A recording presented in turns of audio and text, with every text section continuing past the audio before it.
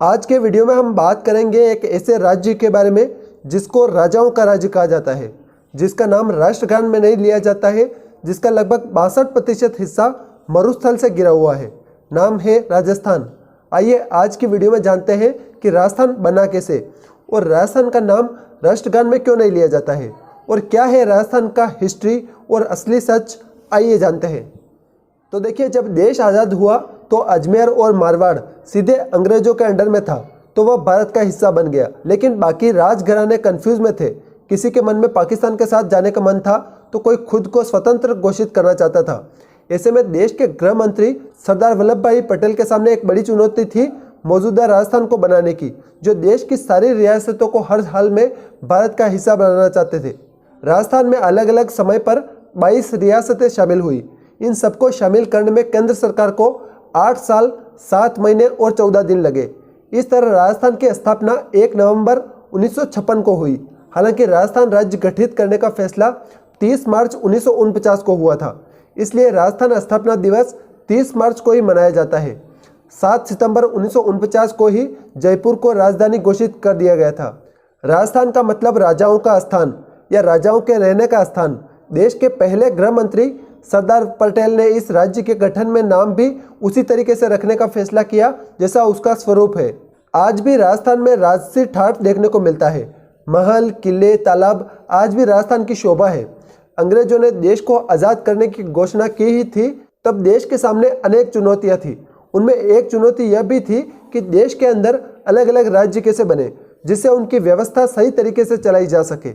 राजस्थान में चुनौती यह थी कि यहाँ पर हर 100-200 किलोमीटर पर राजा थे, जहाँ उनका अपना शासन था। जाते जाते अंग्रेज एक सवाल खड़ा करके गए कि राजा चाहे तो भारत में रहे या पाकिस्तान में रहे या खुद को स्वतंत्र बना ले। उधर लंबे समय बाद मिली आज़ादी को सरदार वल्लभ भाई पटेल फिर एक नई जंग में नहीं झोंकना चाहते थे। सरदार वल्लभ भाई पटेल चाहते थे कि भारत का संपूर्ण नक्शा एक ही हो। इतिहास की कई किताबों में देखने को मिलता है कि जैसलमेर और जोधपुर के राजा पाकिस्तान के साथ जाना चाहते थे। जिन्ना ने उन्हें खाली कागज पर दस्तखत करके शर्तें लिखने को दे दिया था, पर सरदार पटेल को यह सब मंजूर नहीं था।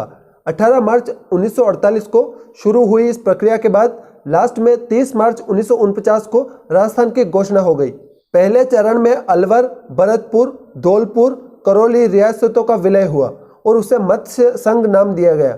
दूसरे चरण में कोटा, बूंदी, झालावाड़, बांसवाड़ा, डूंगरपुर, प्रतापगढ़, किशनगढ़, टोंक, कुशलगढ़ और शाहपुरा रियासतों को मिलाकर राजस्थान संघ का निर्माण किया गया। उदयपुर रियासत के विलय के साथ ही पूरे राजस्थान का निर्माण हुआ था। 14 जनवरी 1949 को उदयपुर की एक सार्वजनिक सभा में गृह मंत्री पटेल ने बीकानेर, जोधपुर, जयपुर, जैसलमेर के शामिल होने की घोषणा की। 30 मार्च 1949 को जयपुर में राजस्थान का शुभारंभ हुआ था। छठे चरण में 26 जनवरी 1949 को सिरोही का विभाजन हुआ। अबू एवं देलवाड़ा तहसीलों को बम्बई प्रांत और बाकी हिस्सों को राजस्थान में मिलाने का फैसला हुआ। अबू देलवाड़ा की जनता ने इसका विरोध किया। उसके बाद 6 साल बाद राज्यों के पुनर्गठन के साथ इन्हें वापस राजस्थान में शामिल किया गया। राज्य पुनर्गठन आयोग की सिफारिश पर अजमेर, मेरवाड़ा को भी राजस्थान का हिस्सा बना दिया गया। इस तरह एक लंबे समय के बाद आज का राजस्थान हमारे सामने है। अब जानते हैं कि राष्ट्रगान में आखिर राजस्थान का नाम क्यों नहीं लिया जाता।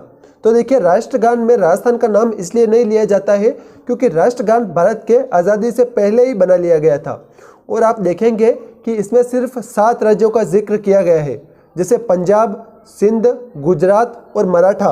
मराठा यानी महाराष्ट्र, द्रविड़ यानी साउथ इंडिया, उत्कल यानी उड़ीसा, बंगा यानी बंगाल।